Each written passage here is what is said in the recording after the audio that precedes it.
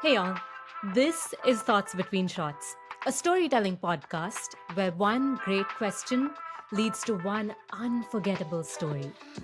I'm your host, Nami Sarur.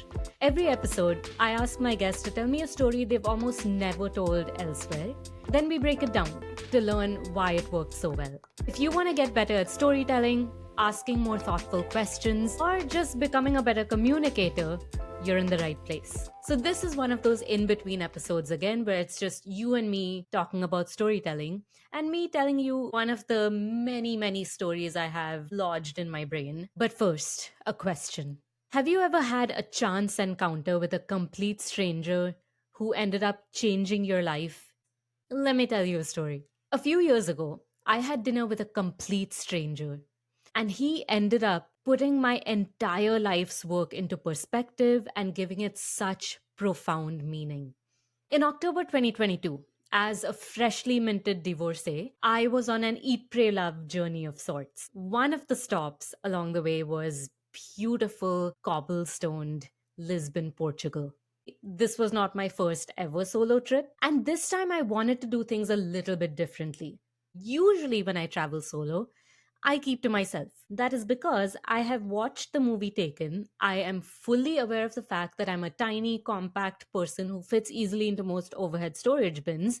And so, because I have no intention of getting kidnapped and sold into sexual slavery, I generally just keep to myself and don't talk to anyone, which really, really bums me out because I happen to be a rabid extrovert. And so having to completely keep to myself, not talk to anyone, not let on where I'm from and what I'm doing and where I'm going, all of that gets really lonely. I want to be able to experience that with someone. Right? I want to share that experience and be like, are you seeing this too? Isn't this cool? And so typically what would happen was if I went on a solo trip, I would get an Airbnb and then I would just stay indoors for a large part of it, except when I was going out to sightsee and all of that stuff. But it just wasn't as fulfilling. So this time I decided that I was going to find controlled ways of letting my rabid extrovert self out. It first began with staying at a hostel, and then the next half, I do an Airbnb by myself. Now, this being my last night, and because I had gone on a bunch of tours where I had gotten the lay of the land by the tour guides, they had given me some great places to check out. And so, because I was sort of going on their recommendations and I was really feeling myself because it was my last night, I thought, you know what? Let's throw caution to the wind today.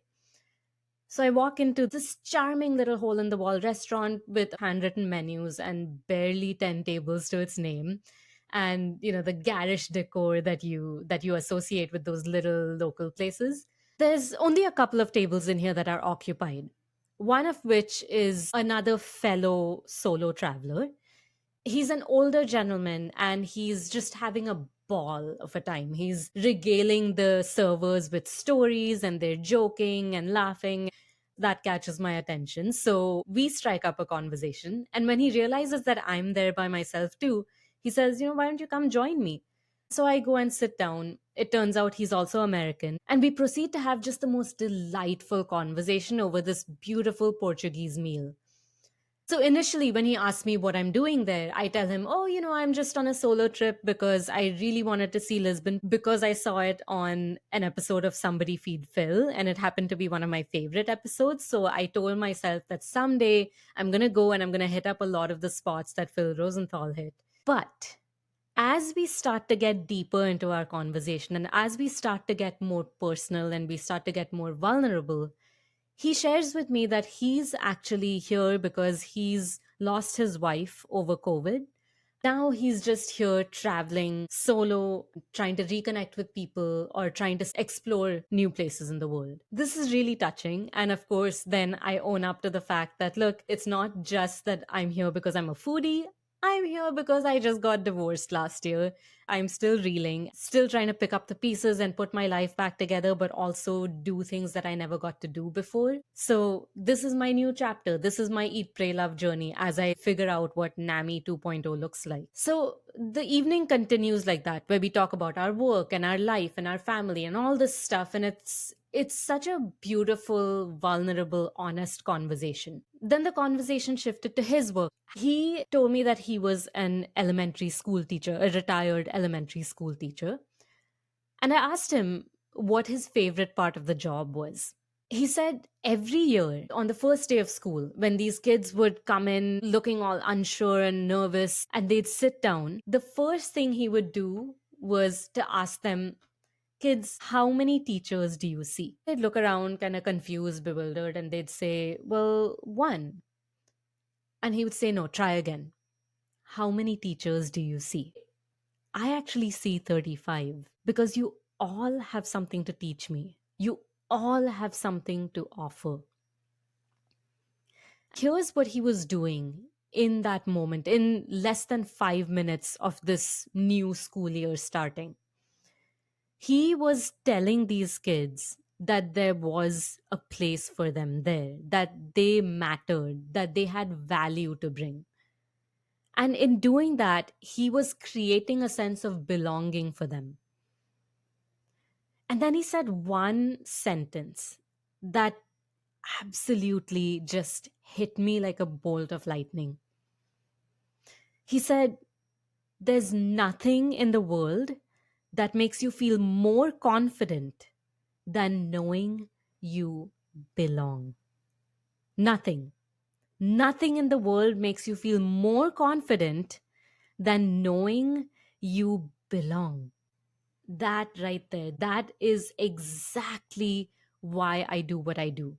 Now, this was 2022. I still ran a video marketing agency back then. So I wasn't doing the work I do now, which is working with immigrant professionals, helping them overcome cultural and communication barriers so they can really go for those big opportunities. But that was such a nice sentiment that I had to write it down. And the coolest thing was, 2 years later, when I started this company now, I remembered that he had said that phrase. So I went back to my notes app on my phone and I saw it. And I just had this holy shit moment. In that one sentence, he had distilled my entire philosophy on life, on my work. I mean, this is why I do what I do now. Because I went through so much of my life as an immigrant, not feeling that sense of belonging. And as a result, it completely messed with my confidence, with my sense of self. So I see now, it makes absolute sense that, of course, you need to have that sense of belonging. That needs to be the foundation for you to actually have any sort of confidence. There is nothing in the world that makes you feel more confident than knowing you belong. And here's what I'll add: there's nothing more powerful than helping others discover where they belong to. And that was my story. Okay, so let's think about the takeaways here. I've said this time and time again. Storytelling is the most powerful way to make a connection with people. That's why I'm doing this podcast, right? It's about teaching you how to tell better stories and ask better questions, because ultimately both those things make you a really effective communicator. You also don't need to be the most intelligent or most interesting person in the room. In fact, if you just know how to ask good questions and show curiosity and interest in the other person, that's all it takes often. Go talk to people, go have a conversation in real life, which a lot of people are sadly very averse to these days because of online culture, right? We're so tied to our screens all the time that we forget to look up and just have a conversation with a stranger. Of course, do it in a safe setting, but there is so much that you can gain from talking to people around you. That's also how you build community. And that's kind of something we need right now, because it is shitty, scary times. And I feel like we need to get back to shared humanity and to learning each other's stories. Sorry, I'm going off on like a weird tangent now, but moral of the story: get out there, tell more stories, ask questions, be curious, have that conversation with your neighbor. That's a wrap on this episode of Thoughts Between Shots. If you laughed, cried, got goosebumps, learned something sneaky useful, share this with your friends. And if you want to pitch me a story, a guest, or a question to ask on the next episode, hit me up in the DMs. I'm always on LinkedIn. Until next time, keep being curious and keep telling good stories.